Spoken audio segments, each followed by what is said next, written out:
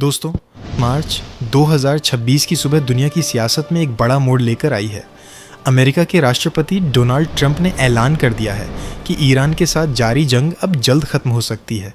ये बयान ऐसे वक्त में आया है जब जंग का दूसरा हफ्ता ही शुरू हुआ है और हालात लगातार बिगड़ते दिखाई दे रहे हैं। एक तरफ ईरान के मिसाइल और ड्रोन हमले जारी हैं, दूसरी तरफ ट्रंप खुद को विजेता की तरह पेश कर रहे हैं। सवाल यह है कि आखिर सच क्या है? क्या वाकई जंग खत्म होने वाली है या यह एक नई रणनीति का हिस्सा है? ट्रंप ने प्रेस कॉन्फ्रेंस में कहा कि हम इस जंग को ख़त्म करने के बेहद करीब हैं। हालांकि उन्होंने कोई तय टाइमलाइन नहीं दी, लेकिन दावा किया कि ईरान की सैन्य ताकत लगभग तबाह हो चुकी है। उनके मुताबिक ईरान की navy, air force, communication system और मिसाइल प्रोग्राम को भारी नुकसान पहुंचाया गया है। उन्होंने यहाँ तक कहा कि अब ईरान के पास लड़ने के लिए कुछ खास बचा नहीं है। लेकिन ज़मीनी रिपोर्ट्स कुछ और कहानी बयान कर रही हैं।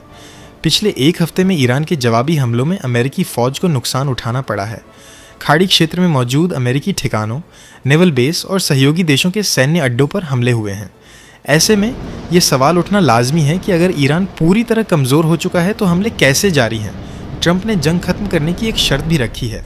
उन्होंने साफ कहा कि अमेरिका तभी ऑपरेशन रोकेगा जब उसे यकीन हो जाएगा कि ईरान कभी भी न्यूक्लियर हथियार बनाने की कोशिश नहीं करेगा। अमेरिका की मुख्य मांग है कि ईरान अपना परमाणु कार्यक्रम पूरी तरह बंद करे और मिसाइल कार्यक्रम पर भी रोक लगाए।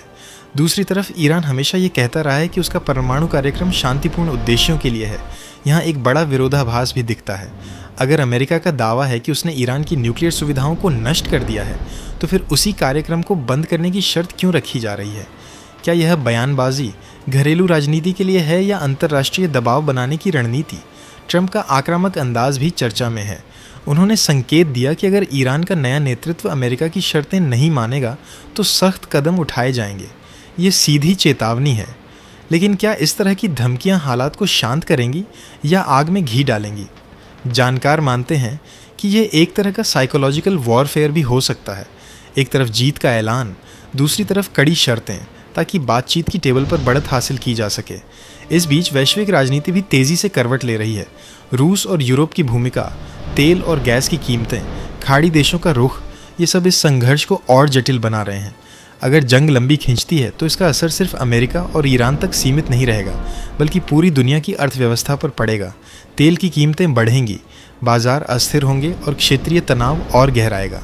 अब बड़ा सवाल यही है कि क्या यह जंग वाकई अपने अंत के करीब है या यह सिर्फ रणनीतिक बयान है? क्या अमेरिका बातचीत के जरिए रास्ता निकालेगा या शर्तों के जरिए दबाव बनाए रखेगा? और क्या ईरान पीछे हटेगा या अपने रुख पर कायम रहेगा?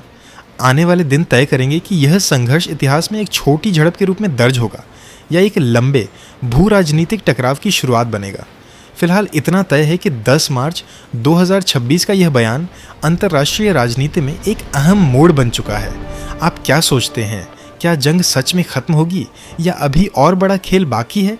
अपनी राय कमेंट में ज़रूर बताएं।